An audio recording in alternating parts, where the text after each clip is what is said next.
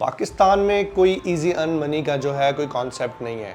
Real estate में लोग सोचते हैं कि बहुत सारे लोगों के साथ ऐसा है, हम अपना प्रोजेक्ट एडवर्टाइज़ कर रहे हैं, स्काई डेवलपर्स अपना जो प्रोजेक्ट एडवर्टाइज़ कर रहे हैं, तो लोग हमारे पास क्यूरी करते हैं कि मैंने इस बिल्डिंग में इस जगह पे इन्वेस्टमेंट की हुई है, मैंने 1.5 करोड़ रुपया दिया हुआ है और मुझे 1,70,000 या 1,80,000 रुपये रेंट मिल रहा है। और वही लोग उसके 5 से 6 महीने के बाद कहते हैं वो जहां हमने पैसे दिए थे वो हमारे पैसे जो है वो डूब गए हैं।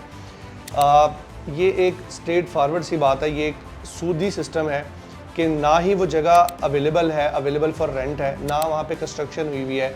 तो आपसे लोग लेकर लाख रुपया आपको रेंट कैसे दे सकते हैं 1 करोड़ के ऊपर? वो जगह रेंट के ऊपर नहीं लगी हुई। अगर वो फिजिबल रेंट पे लगी हो तो फिर हम समझ सकते हैं कि वहाँ से कोई भी टेनेंट जो वहाँ पर बैठा है वो उसका रेंट पे कर रहा है।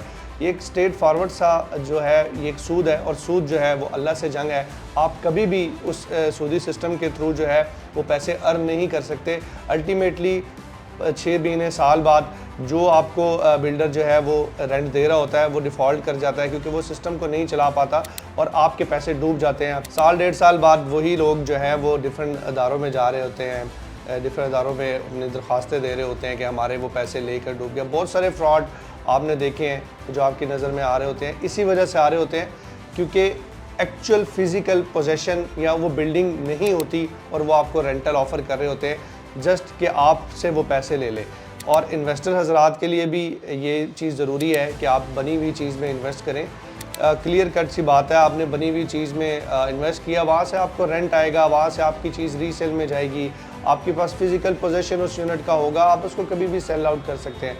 बट इस सिस्टम में आपने लाख 1.5 लाख रुपया रेंटल लेना शुरू कर दिया और ये चीज़ें जो हैं वो एट द एंड दुनियावी पॉइंट ऑफ व्यू से भी जो है वो ख़राब होती हैं और दीनी पॉइंट ऑफ व्यू से सूद है, क्लियर कट सूद है। आपने सुना होगा अक्सर कि बुज़ुर्ग कहते हैं कि कोई आपको पैसे कमा के नहीं देता, ठीक है, आप खुद जो है वो पैसे कमाते हैं। आप जो बिज़नेस कर रहे हैं आप उसमें इन्वेस्ट करें। आप रियल एस्टेट में अगर इन्वेस्ट करें तो फिज़िकल बिल्डिंग्स को देख के इन्वेस्ट करें। कोई ईजी अर्न मनी नहीं है, कोई आपके लिए पैसे नहीं कमाता, ठीक है। आपको खुद जो भी चीज़ लेनी है आप खुद अपने सोच और अपनी अकल से जो है वो पैसे कमाते हैं। ये एक छोटी सी बात थी जो बैठे बैठे मेरे माइंड में आई, सोचा आपसे डिस्कस कर लें। बहुत शुक्रिया।